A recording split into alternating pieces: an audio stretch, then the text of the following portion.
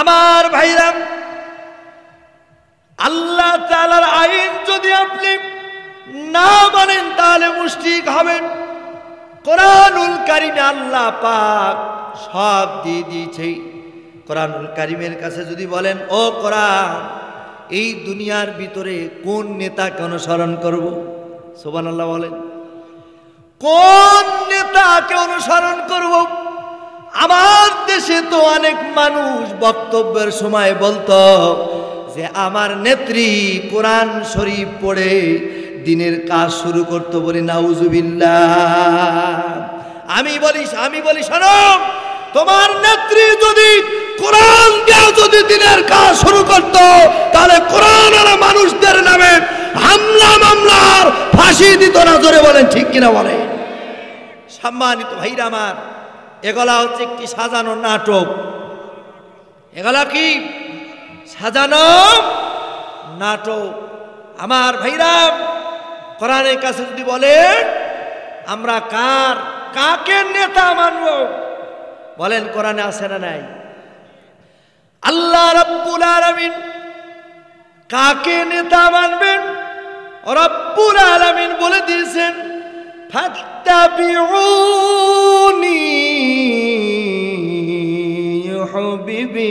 ইউহিব্বুকুমুল্লাহ ওয়া ইয়াগফির লাকুম যুনুবাকুম ওয়াল্লাহু গফুরুর রহিম।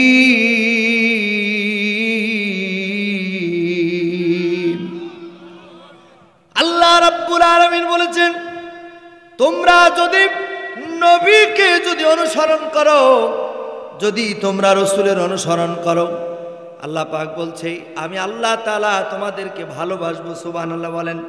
বলেন তো আমাদের ভালোবাসা দরকার কার? জোরে বলতে হবে কার? দুনিয়ার কোনো মানুষের ভালোবাসার দরকার নাই, ভালোবাসা দরকার আল্লাহ। আল্লাহ পাক বলছে শুধু তাই নয়, ওয়ায়াগফির লাকুম যুনুবাকুম আল্লাহ, আমি আল্লাহ পাক তোমাদের জীবনের গুনাহগুলোকেও মাফ করে দেব। আমি আল্লাহ পাক তোমাদের জীবনের গুনাহকে মাফ করে দেব। সুবহানাল্লাহ। আমার ভাইরা, এই কোরআনকে যদি আপনি প্রশ্ন করেন, কোরআন এই দুনিয়াতে ইবাদত করব কার? বলেন তো, বলতে পারে কি পারে না? আজকে দুনিয়াতে মানুষ তো আল্লাহর ইবাদত বাদ দিয়া মানুষের ইবাদত করে, আছে না নাই? আল্লাহ রাব্বুল আলামিন বলছেন, ওয়ামা খালাকুতুল জিন্না ওয়াল ইনস ইল্লা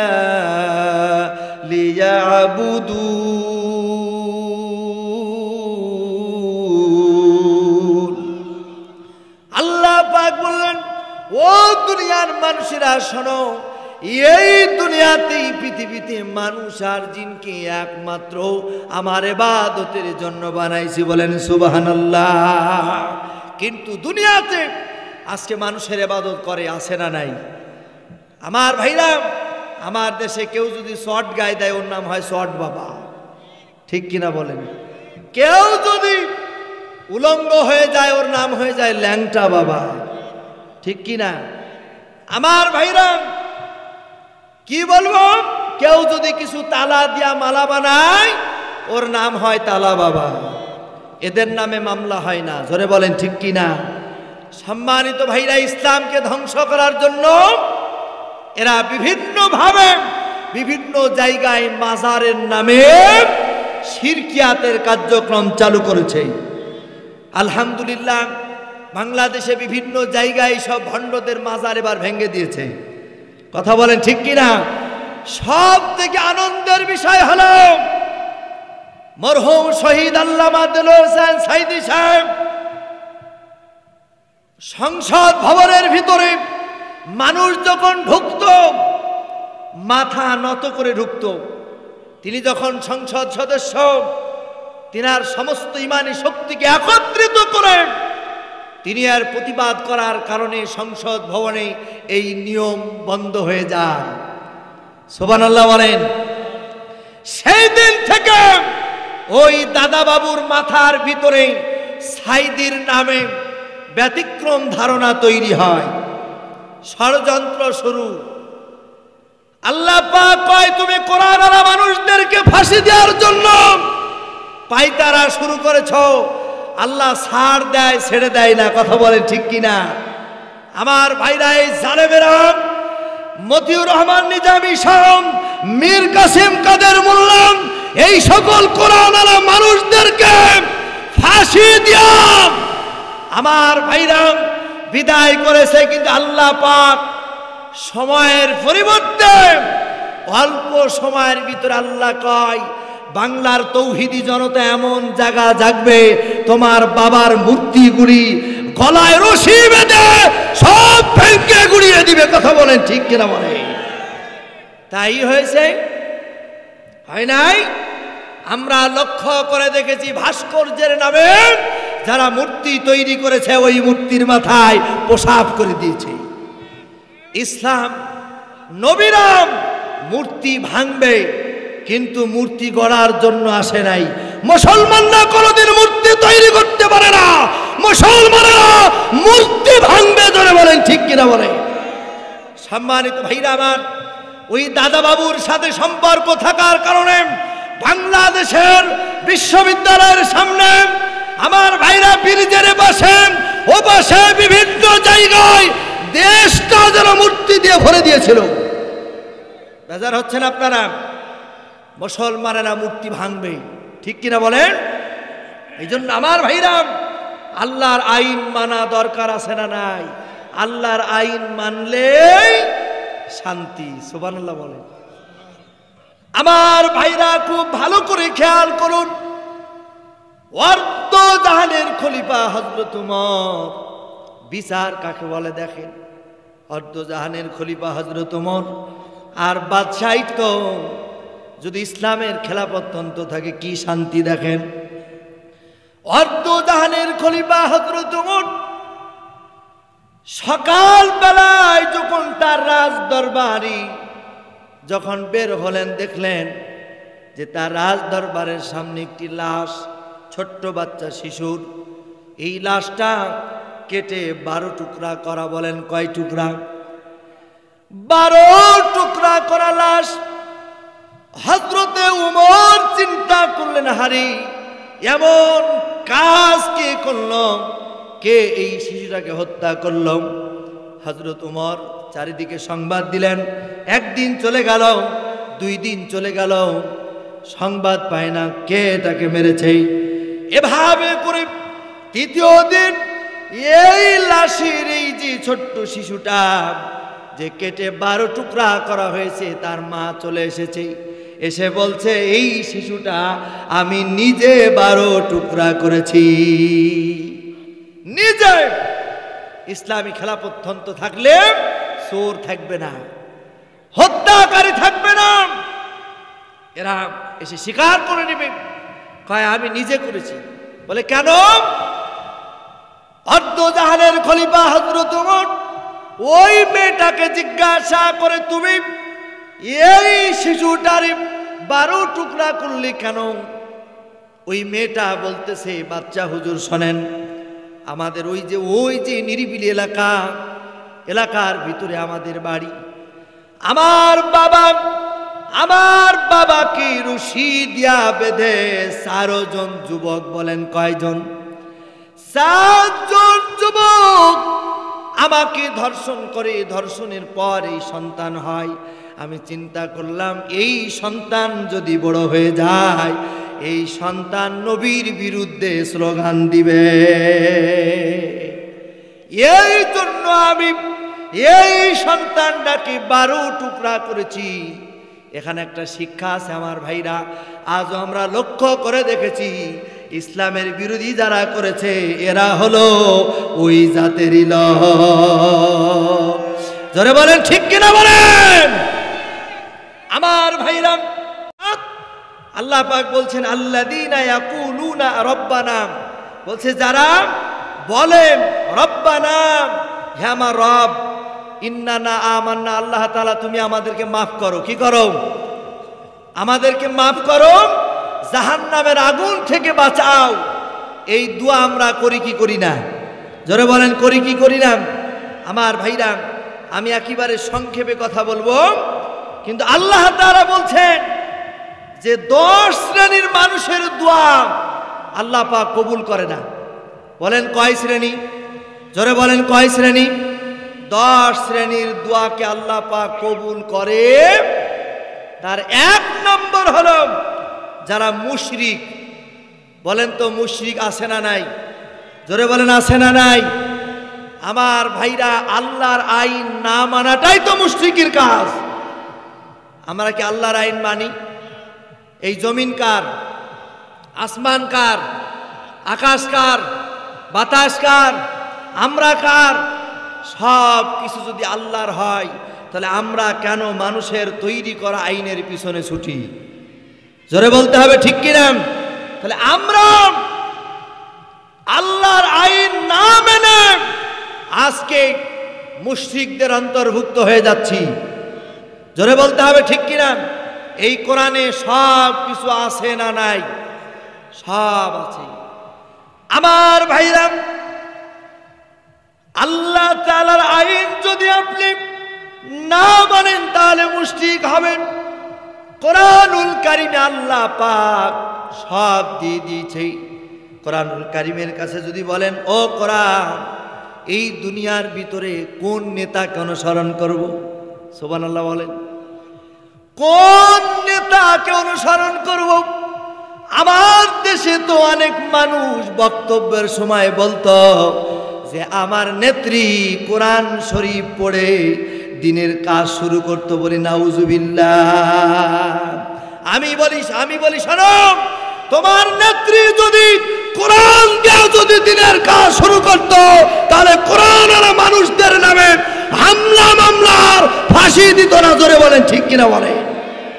সম্মানিত ভাইরা আমার, এগুলা হচ্ছে একটি সাজানো নাটক। এগুলা কি? সাজানো নাটক। আমার ভাইরা, কোরআনের কাছে যদি বলেন আমরা কাকে নেতা মানব, বলেন কোরআনে আছে না নাই?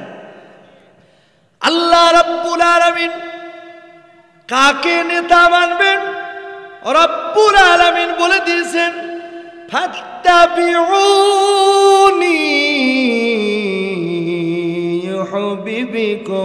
ইউহিব্বুকুমুল্লাহ ওয়া ইয়াগফির লাকুম যুনুবাকুম আল্লাহ ওয়াল্লাহু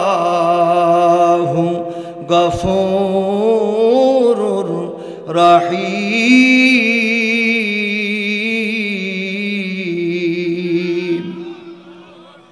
আল্লাহ রাব্বুল আলামিন বলেছেন, তোমরা যদি নবীকে যদি অনুসরণ করো, যদি তোমরা রাসূলের অনুসরণ করো, আল্লাহ পাক বলছে আমি আল্লাহ তাআলা তোমাদেরকে ভালোবাসবো। সুবহানাল্লাহ বলেন।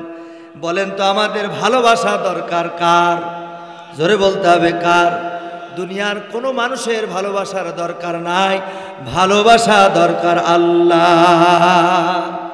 আল্লাহ পাক বলছে শুধু তাই নয়, ওয়া ইয়াগফির লাকুম যুনুবাকুম আল্লাহ, আমি আল্লাহ পাক তোমাদের জীবনের গুনাহগুলোকেও মাফ করে দেব। আমি আল্লাহ পাক তোমাদের জীবনের গুনাহকে মাফ করে দেব। সুবহানাল্লাহ। আমার ভাইরা, এই কোরআনকে যদি আপনি প্রশ্ন করেন, কোরআন এই দুনিয়াতে ইবাদত করব কার? বলেন তো, বলতে পারে কি পারে না? আজকে দুনিয়াতে মানুষ তো আল্লাহর ইবাদত বাদ দিয়া মানুষের ইবাদত করে, আছে না নাই? আল্লাহ রাব্বুল আলামিন বলছেন, ওয়া মা খালাকুতুল জিন্না ওয়াল ইনস ইল্লা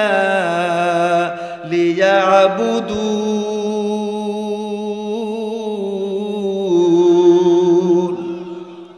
আল্লাহ পাক বললেন, ও দুনিয়ার মানুষেরা শোনো, এই দুনিয়াতেই পৃথিবীতে মানুষ আর জিনকে একমাত্র আমার ইবাদতের জন্য বানাইছি। বলেন সুবহানাল্লাহ। কিন্তু দুনিয়াতে আজকে মানুষের ইবাদত করে, আছে না নাই? আমার ভাইরা, আমার দেশে কেউ যদি শর্ট গায়ে দেয় ওর নাম হয় শর্ট বাবা, ঠিক কিনা বলেন? কেউ যদি উলঙ্গ হয়ে যায় ওর নাম হয়ে যায় ল্যাংটা বাবা, ঠিক কিনা? আমার ভাইরা কি বলবো, কেউ যদি কিছু তালা দিয়া মালা বানায় ওর নাম হয় তালা বাবা, এদের নামে মামলা হয় না। জোরে বলেন ঠিক কিনা? সম্মানিত ভাইরা, ইসলামকে ধ্বংস করার জন্য এরা বিভিন্নভাবে বিভিন্ন জায়গায় মাজারের নামে শিরকিয়াতের কার্যক্রম চালু করেছে। আলহামদুলিল্লাহ বাংলাদেশে বিভিন্ন জায়গায় সব ভণ্ডদের মাজার এবার ভেঙে দিয়েছে। কথা বলেন ঠিক কিনা? সব থেকে আনন্দের বিষয় হলো মরহুম শহীদ আল্লামা দেলোয়ার হোসেন সাঈদী সাহেব সংসদ ভবনের ভিতরে মানুষ যখন ঢুকত মাথা নত করে ঢুকত। তিনি যখন সংসদ সদস্য, তিনার সমস্ত ইমানি শক্তিকে একত্রিত করে তিনি আর প্রতিবাদ করার কারণে সংসদ ভবনে এই নিয়ম বন্ধ হয়ে যায়। সুবহানাল্লাহ বলেন। সেই দিন থেকে ওই দাদা বাবুর মাথার ভিতরে সাঈদীর নামে ব্যতিক্রম ধারণা তৈরি হয়, ষড়যন্ত্র শুরু। আল্লাহ পাক কয় তুমি কোরআনওয়ালা মানুষদেরকে ফাঁসি দেওয়ার জন্য পায়তারা শুরু করেছ, আল্লাহ ছাড় দেয় ছেড়ে দেয় না। কথা বলেন ঠিক কিনা? আমার ভাইরা, এই জালেমেরা মতিউর রহমান নিজামী সাহেব, মীর কাসিম কাদের মোল্লা, এই সকল কোরআনওয়ালা মানুষদেরকে ফাঁসি দিয়া আমার ভাইরা বিদায় করেছে। কিন্তু আল্লাহ পাক সময়ের পরিবর্তে অল্প সময়ের ভিতরে আল্লাহ কয় বাংলার তৌহিদি জনতা এমন জায়গা জাগবে তোমার বাবার মূর্তিগুলি গলায় রশি বেঁধে সব ভেঙে গুড়িয়ে দিবে। কথা বলেন ঠিক কিনা বলে? তাই হয়েছে, হয় নাই? আমরা লক্ষ্য করে দেখেছি ভাস্কর্যের নামে যারা মূর্তি তৈরি করেছে ওই মূর্তির মাথায় প্রসাব করে দিয়েছে। ইসলাম নবীরাম মূর্তি ভাঙবে কিন্তু মূর্তি গড়ার জন্য আসে নাই। মুসলমানরা কোনোদিন মূর্তি তৈরি করতে পারে না, মুসলমানরা মূর্তি ভাঙবে। ধরে বলেন ঠিক কিনা বলে? সম্মানিত ভাইরা আমার, ওই দাদা বাবুর সাথে সম্পর্ক থাকার কারণে বাংলাদেশের বিশ্ববিদ্যালয়ের সামনে আমার ভাইরা ব্রিজের পাশে ও পাশে বিভিন্ন জায়গায় দেশটা যেন মূর্তি দিয়ে ভরে দিয়েছিল। বেজার হচ্ছেন আপনারা? মুসলমানেরা মূর্তি ভাঙবে, ঠিক কিনা বলেন? এই জন্য আমার ভাইরা আল্লাহর আইন মানা দরকার আছে না নাই? আল্লাহর আইন মানলেই শান্তি। সুবহানাল্লাহ বলেন। আমার ভাইরা খুব ভালো করে খেয়াল করুন, অর্ধ জাহানের খলিফা হযরত ওমর, বিচার কাকে বলে দেখেন। অর্ধ জাহানের খলিফা হযরত ওমর আর বাদশাহিত্ব যদি ইসলামের খেলাফত থাকে কি শান্তি দেখেন। অর্ধ জাহানের খলিফা হযরত ওমর সকাল বেলায় যখন তার রাজ দরবারি যখন বের হলেন, দেখলেন যে তার রাজ দরবারের সামনে একটি লাশ, ছোট্ট বাচ্চা শিশুর। এই লাশটা কেটে 12 টুকরা করা। বলেন কয় টুকরা? 12 টুকরা করা লাশ।